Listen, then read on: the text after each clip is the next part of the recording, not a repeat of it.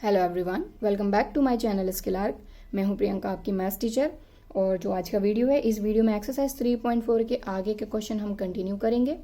तो अगर चैनल को पहली बार विजिट कर रहे हैं तो चैनल को सब्सक्राइब जरूर कर लीजिएगा और बेल आइकन को भी क्लिक कर लीजिए। इसके अलावा अगर आप मुझसे जुड़े रहना चाहते हैं तो आप इंस्टाग्राम पर मुझे फॉलो कर सकते हैं और मेरे फेसबुक पेज को भी लाइक कर सकते हैं। तो जो पिछले वीडियो हैं उनकी लिंक आपको ऊपर मिल जाएगी आई बटन में। इसके अलावा जो वीडियो का डिस्क्रिप्शन बॉक्स है वहाँ पर सारे चैप्टर की जो लिंक्स हैं वो मैंने वहाँ पर मेंशन कर दी हैं, तो वहाँ से आप जो भी चैप्टर आपको देखना है आप देख सकते हैं।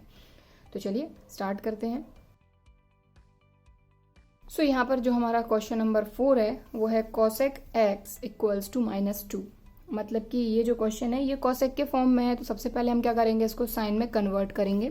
तो ये जो वैल्यू है -2, अगर मैं इसका रेसिप्रोकल कर दूं 1/2, तो कोसेक का रेसिप्रोकल क्या हो जाता है हमारा साइन एक्स। ठीक है ना, -2 कोसेक की वैल्यू है, तो 2 का रेसिप्रोकल -1/2, तो ये क्या हो जाएगा हमारा साइन एक्स। ठीक है, अब इसको हम आगे सॉल्व करेंगे। तो देखें जरा, ये जो साइन एक्स है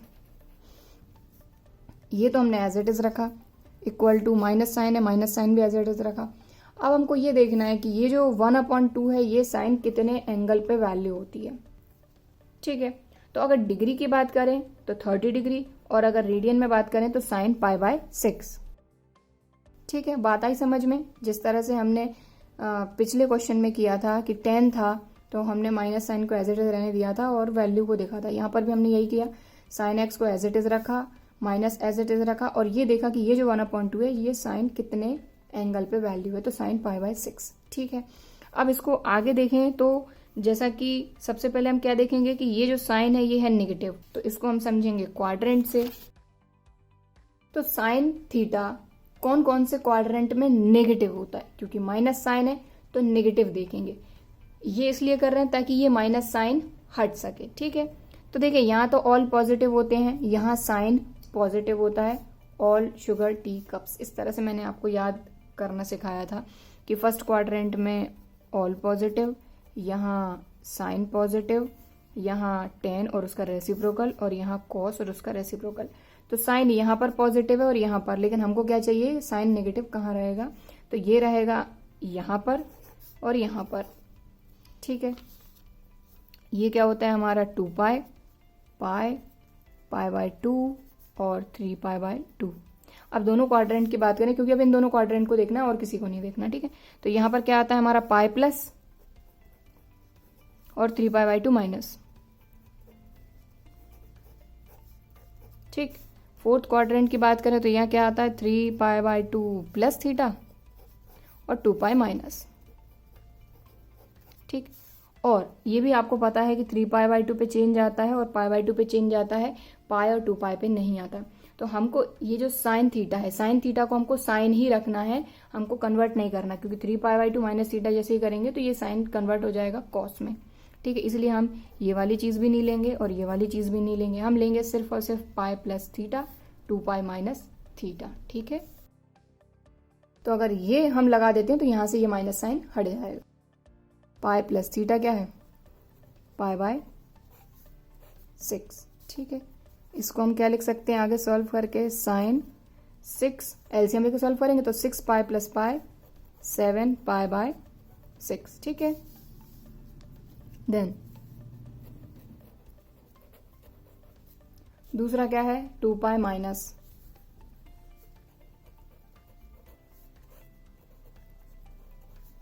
थीटा क्या है π/6 इक्वल्स टू, इसको भी आगे सॉल्व कर लेंगे तो 6 2 = 12, 12π माइनस पाई 11π/6। ठीक है, इतनी बात आई समझ में। तो यहाँ से डायरेक्ट आप देखें x = π/6 तो लेंगे नहीं, क्योंकि यहाँ पर माइनस साइन है यहाँ पर प्लस है, तो इस माइनस साइन को हटाने के लिए हमने ये सब किया। तो यहाँ से x = क्या आ गया 7π/6 और x = आ गया 11π/6। तो ये दोनों हो गए हमारे प्रिंसिपल सॉल्यूशन।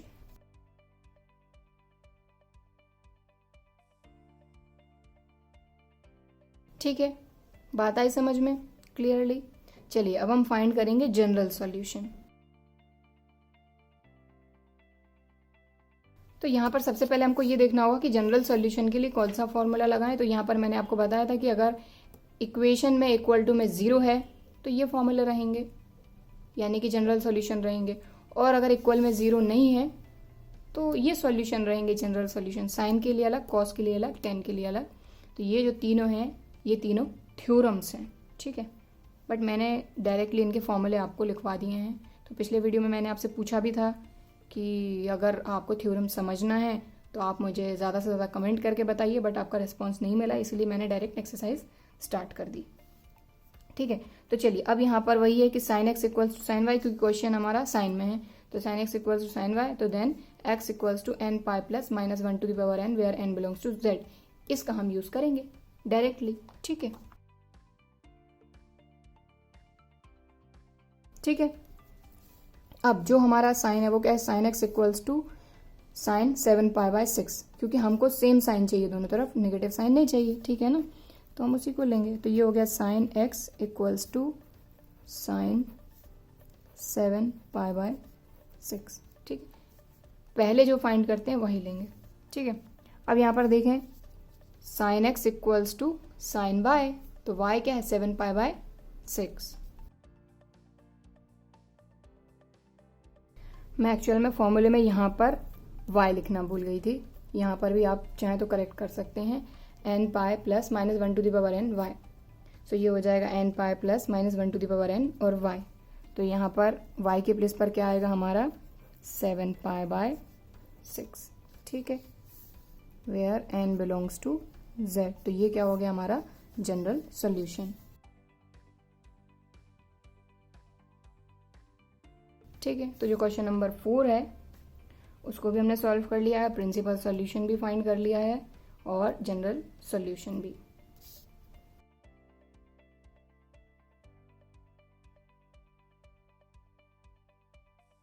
सो हमारा जो क्वेश्चन नंबर 4 है वो कंप्लीट हो गया है। अब हम देखते हैं question number 5।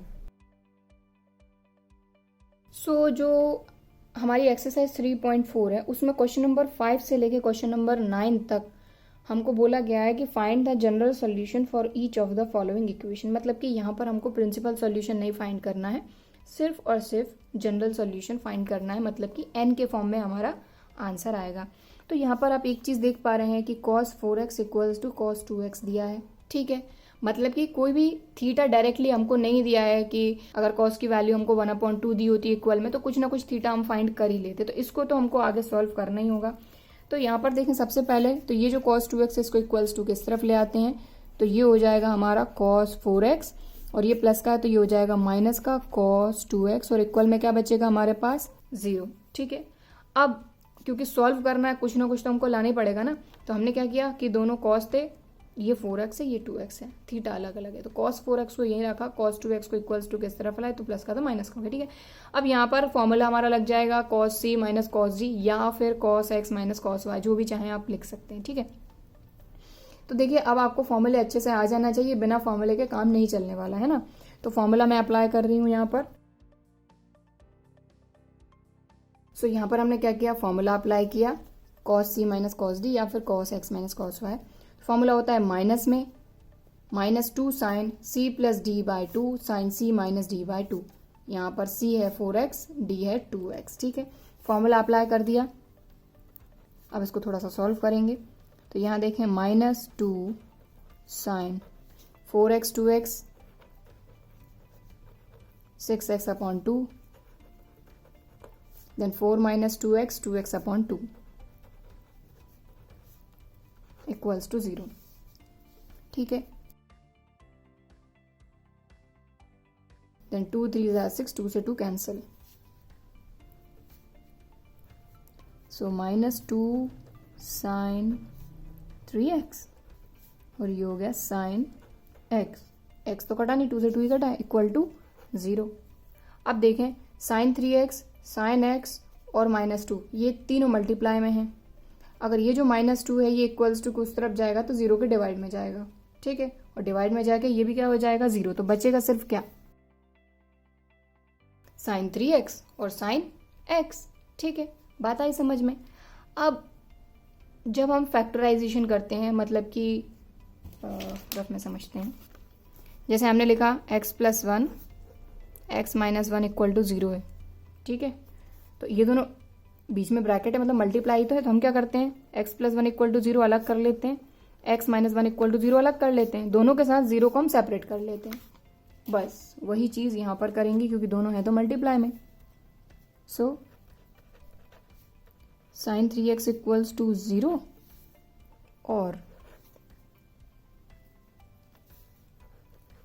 Sign x equals to 0। ठीक है, इतनी बात आ गई समझ में। अब यहाँ पर आप एक चीज़ देखें, जनरल सॉल्यूशन फाइंड करना है आपको, और जनरल सॉल्यूशन फाइंड करने के लिए दो चीज़ें होती हैं, या तो जो भी हमारा ट्रिग्नोमेट्रिक रेशियो है या फिर इक्वेशन है उसमें इक्वल टू में 0 होगा या फिर 0 नहीं होगा। तो यहाँ पर 0 है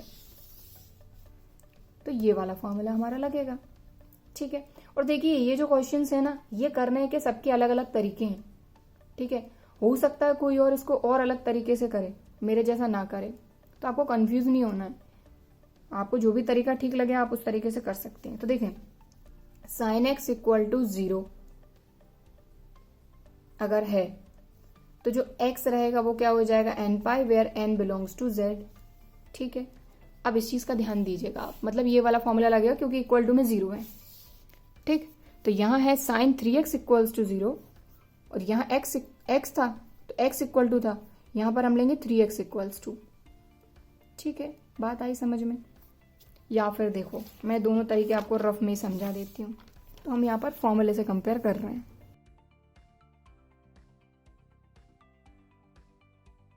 सो आई होप आपको अब तो चीजें क्लियर हो गई होंगी। साइन x इक्वल टू 0 तो x equal to n pi, sine 3x equals to 0 so 3x equals to n pi. ठीक है, थीटा यहाँ मेन है। क्लियर, बस यही चीज मैं यहाँ कर रही हूँ। तो साइन 3x इक्वल टू 0 है तो यहाँ पर जो 3x रहेगा वो क्या हो जाएगा हमारा n पाई, और यहाँ पर x इक्वल्स टू n पाई क्योंकि यहाँ पर x है, यहाँ 3x है। ठीक है, अब क्योंकि इसको आगे सॉल्व करेंगे तो x इक्वल्स टू 3 मल्टीप्लाई में, तो ये आ जाएगा इसके डिवाइड में। तो ये आ गया आपका जनरल सॉल्यूशन, या फिर ये। ठीक है, बस यहाँ पर एक चीज लिखना बिल्कुल मत भूलना, where n belongs to capital Z, where n belongs to capital Z। ठीक है, बात आई समझ में। तो ये जो दो सॉल्यूशन है, या फिर ये होगा या फिर ये होगा जनरल सॉल्यूशन, किसके लिए, cos 4x equals to cos 2x। ठीक है, सो यहाँ पर क्वेश्चन नंबर 5 हो गया। अब हम देखते हैं क्वेश्चन नंबर 6।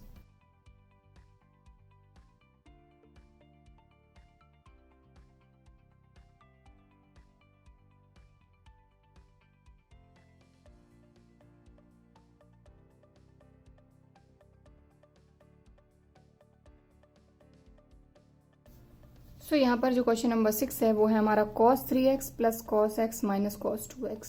तो देखिए जनरल सॉल्यूशन फाइंड करना है तो सिंपल सी एक चीज आप देखें, यहाँ पर जो टर्म है आपके वो 3 टर्म है, बट जो भी जनरल सॉल्यूशन के फॉर्मूले हमने देखे हैं उनमें 2 ही टर्म है। या तो पर्टिकुलर जो भी इक्वेशन रहेगी उसमें sine cos tan cos x equal to direct 0 रहेगा, या फिर sine x equals to sine y के फॉर्म में, cos x equals to cos y के फॉर्म में, tan x equals to tan y के फॉर्म में रहेगा। बट यहाँ पर कितने टर्म है, 1 2 3, क्योंकि बीच में प्लस है मतलब ये 2 टर्म होगा, बीच में एक और माइनस तो ये 3 टर्म होगा। ठीक है, तो यहाँ पर कुछ ना कुछ फॉर्मूला अप्लाई करके हमको इनको कन्वर्ट करना होगा जिससे ये 2 टर्म में कन्वर्ट हो जाए।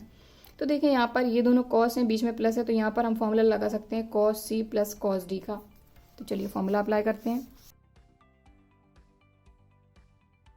बात आई समझ में। ये जो cos 2x है इसको हमने बिल्कुल भी कुछ भी नहीं किया, एज इट इज रहने दिया, सिर्फ यहाँ फॉर्मूला लगाया cos c plus cos d, 2 cos c plus d by 2 cos c minus d by 2, c 3x है, d x है। ठीक है, बात आगे समझ में। अब इसको थोड़ा सा आगे सॉल्व कर लेंगे हम।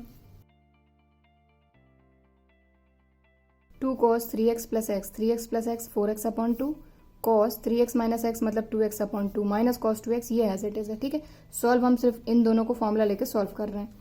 अब ये देखें 2 से ये कैंसिल हो जाएगा, 2 2 जार 4, और ये 2 से ये 2 कैंसिल हो गया। ठीक है, इतनी बात आ गई समझ में। अब देखें ये हो जाएगा हमारा 2 cos 2x और ये हो गया cos x minus cos 2x equals to 0। ठीक है, अब देखें ये पूरा एक टर्म है क्योंकि इनके बीच में कोई प्लस या माइनस का साइन नहीं है, यहाँ माइनस का साइन है, ये दूसरा टर्म है, मतलब ये पूरा एक टर्म और ये एक टर्म। इन दोनों में से क्या कॉमन दिख रहा है? cos 2x cos 2x। तो हमने ये जो cos 2x है ये कॉमन लिया। यहाँ क्या बचा? पहली बात तो 2 बचा और cos 2x कॉमन आ गया तो बचा cos x माइनस, यहाँ पे तो cos 2x कॉमन आ चुका है, सिर्फ बचा 1 इक्वल्स टू 0। ठीक है, तो देखिए यहाँ पर हमारे दो टर्म आ गए, एक तो ये और एक पूरा ये। ठीक है, अब इक्वल टू में 0 है तो दिस इक्वल्स टू 0 और दिस इक्वल्स टू 0, जैसा कि हमने यहाँ पर किया था। sin 3x इक्वल टू 0 लिया था और sin x इक्वल टू 0 लिया था। ठीक है, इससे हमको मिलेगा जनरल सॉल्यूशन। बात आ गई समझ में? cos 2x है ये, यहाँ पर ब्रैकेट है, मतलब इनके और इनके बीच में क्या है? मल्टीप्लाई। तो 2 cos x minus 1 equal to हमने 0 ले लिया। ठीक, और cos 2x इक्वल टू 0, इतनी बात आ गई समझ में। अब यहाँ पर आप देखें ये है डायरेक्ट इक्वल टू में 0। ठीक, तो डायरेक्ट इक्वल टू 0 है तो कौन सा फॉर्मूला लगेगा? ये है जीरोज वाला, ये है नॉन जीरोज। तो भाई 0 है तो मतलब यहाँ से फॉर्मूला लेंगे, और क्योंकि ये क्या है? cos ही तो है ना, तो cos x इक्वल टू 0 है, बट x की प्लेस पर यहाँ क्या है? 2x, तो हम लेंगे 2x equal to 2n plus 1 pi over 2। ठीक है, तो देखिए इस क्वेश्चन को हम यहीं से कंपेयर करके करते हैं। यहाँ क्या है? cos x इक्वल टू 0, इसीलिए x लिया, यहाँ x इसलिए यहाँ x, बट यहाँ पर 2x तो यहाँ पर भी हम लेंगे 2x। ठीक है, तो चाहे तो आप लिख दीजिए यहाँ पर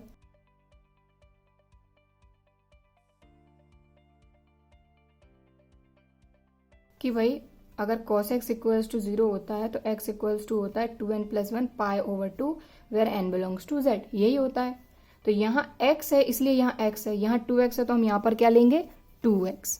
देखिए सर यहाँ 2x है तो हमने लिया 2x इक्वल्स टू, डायरेक्ट हमको जनरल फॉर्मूला दिया हुआ है 2n प्लस 1 पाई ओवर 2। ठीक है, बात आई समझ में? अब यहाँ पर क्योंकि x की वैल्यू चाहिए तो x के मल्टीप्लाई में है 2, इक्वल्स टू किस तरफ आएगा? तो डिवाइड में आएगा। तो x equals to 2n plus 1 pi over, ये 2 भी आ जाएगा तो 2 ऑलरेडी यहाँ है तो 2 2 जार 4 where n belongs to capital Z means integers. ठीक है, चलिए अब इसको आगे सॉल्व कर लेते हैं, क्योंकि एक तो ये सॉल्यूशन है एक दूसरा भी है। तो देखें ये रहा आपका 2 cos x minus 1 equal to उस तरफ गया हो गया पॉजिटिव 1, तो यहाँ से आ गया cos x इक्वल्स टू 1, ये 2 मल्टीप्लाई में आ गया डिवाइड में। ठीक है, अब ये तो सिंपल सा क्वेश्चन बन गया जो आपने प्रिंसिपल सॉल्यूशन किए थे उसी तरह का। ठीक है, लेकिन हमको यहाँ क्या बताना है? General solution. ठीक है, तो सबसे पहले इसको cos x equals to cos y के फॉर्म में कन्वर्ट करें, तो ये हो गया cos x equals to cos कितने डिग्री या कितने एंगल पर वैल्यू हुई है? 60 अगर डिग्री में बात करें, और रेडियन में तो पाई बाय 3।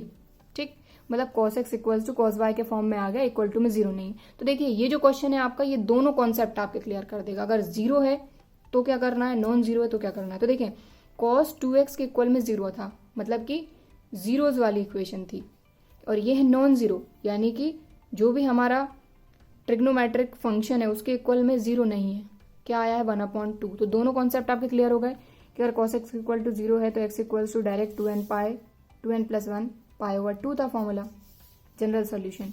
लेकिन अब है cos x equals to cos y के फॉर्म में, तो यहाँ पर ये फॉर्मूला लगेगा x equals to 2n pi plus minus y। तो सबसे पहले हम क्या करेंगे? इसको कंपैरिजन इसका करेंगे और फॉर्मूले से y की वैल्यू फाइंड करेंगे। तो चाहे तो यहाँ लिख लेंगे। तो ये जो पेंसिल से मैं लिख रही हूँ ना, ये सिर्फ आपको समझाने के लिए लिख रही हूँ, आपको लिखने की जरूरत नहीं है, ताकि आपको क्लियर समझ में आ जाए इसलिए। तो देखें cos x इक्वल्स टू क्या होता है? cos y, यही होता है, और ये उसी फॉर्म में cos x equals to cos y, मतलब y क्या है हमारा? Pi by 3। तो ये तो हमने लिख लिया फॉर्मूला। अब हमको जनरल सॉल्यूशन बताना है, तो क्या हो जाएगा हमारा? x equals to 2n pi plus minus y के प्लेस पर क्या आएगा हमारा? Pi by 3। cos x equals to cos y, y क्या है? Pi by 3 where n belongs to capital Z, या फिर n इज एन इंटीजर। ठीक है, तो ये बीच में मैंने जो लाइन खींची है इसलिए खींची ताकि आपको क्लियरली समझ में आए। देखें ये जीरोज वाला है, ये नॉन जीरो वाला है। ठीक है, तो यहाँ पर हमारे दो जनरल सॉल्यूशन है, या फिर ये।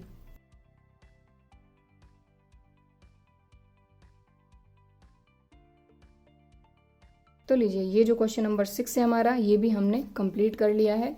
और ये जो क्वेश्चन था, यहाँ से हमको ये चीज़ क्लियर हो गई कि भाई अगर जीरोज वाले हैं दोनों, ठीक है। लेकिन ये जो क्वेश्चन नंबर 6 था, इसमें हमने देखा एक जीरो वाला भी, एक नॉन जीरो वाला भी, और दोनों जो जनरल सॉल्यूशन थे ये हमने यहाँ पर फाइंड कर लिए, ठीक है। सो आई होप आपको ये जो तीनों क्वेश्चन हैं एक्सरसाइज 3.4 के, ये समझ में आए होंगे और मेरा ये वीडियो भी पसंद आया होगा। और अगर वीडियो पसंद आया है तो वीडियो को लाइक ज़रूर करिए, ज़्यादा से ज़्यादा शेयर करिए। चलिए फिर मिलते हैं अगले वीडियो में, तब तक के लिए बाय एंड थैंक यू।